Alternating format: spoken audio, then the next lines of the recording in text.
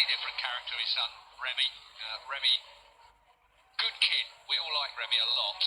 And very, very close. I think closest time-wise I've seen him in a Grand Prix, Michael, throughout his career so far. In practice session, he was jumping up into the top 3, so that'll give him confidence today if he can get this, possibly adjust the setup for next week and then improve again. This is going to be his second visit to this racetrack in race conditions, and he gets to do it all again next week. Up in about an hour's time, but really the clouds are building around the Styrian Hills. Best ever qualifying, middle of the second row. Aaron Canet on the 44 bike. Keep an eye on him here. It's the Grand Prix of Austria. And then Trotter, that'll cost him when they get down to turn 1, but he seems to have recovered it really well. Remy Gardner from pole position breaks into there, usually trying to pinch an inch at that opening corner. Can cause questions here because Marcel Trotter is a man who's a little bit too gentle in a moto.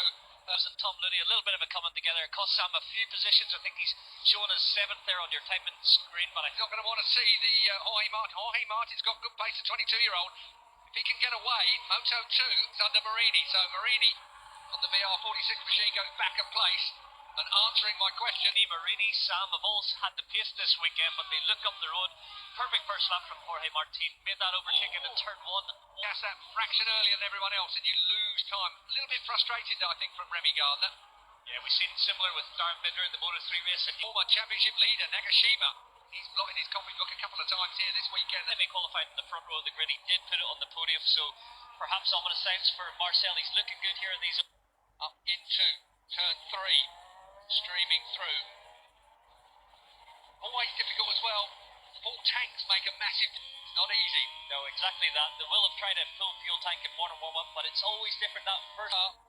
It's got KTM on the side, but it's a Calic chassis. KTM pulled out of the Moto2 development to concentrate on, but it being a Calic chassis, which is generally the favoured chassis, I'm wondering whether the speed up is going to be able to. Enea Bastianini has dumped it out of turn 1. Get out of there, Enea. Oh, that's bad. Red flag's coming out for sure on that one.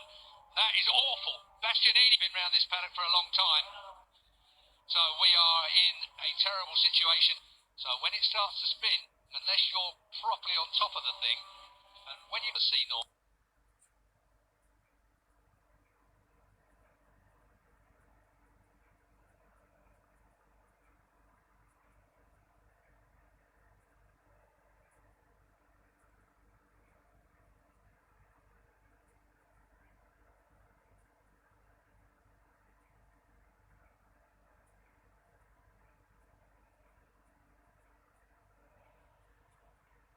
Say that really well, and it's been a really positive start to the season for the Aspar squad. So they left him nowhere to go. He had nowhere to go though. And actually, you watching it as Jake goes left.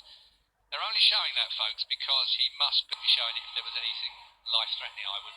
They can it off in the momentum that can it order. He's managed to do it. Stanlow's on the move. 2 race. He's yet to win one, as I said right at the beginning of this. Best finish so far. They've had that race win with Albert Arenas in a private team. Although this isn't actually a KTM engine. Really hard time, Nagashima. Maybe it's Jorge Martin's time to was the lead. He took it from 1.2 to 1.6, took 4/10 out of them. So here we go. Brilliant stuff. Sam Lowe's muscles his way past in the end. Sam Lowe's, well, I can't wait to see the replay to see how it was done. That's for sure. 13 points go to Sam.